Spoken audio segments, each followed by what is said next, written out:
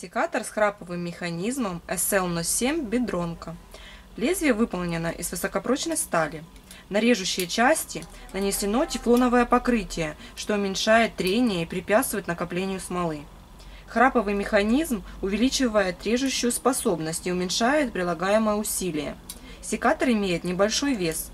Эргономичные рукоятки покрыты нескользящим материалом, что очень удобно при работе. Предназначен для среза веток диаметром до 20 мм.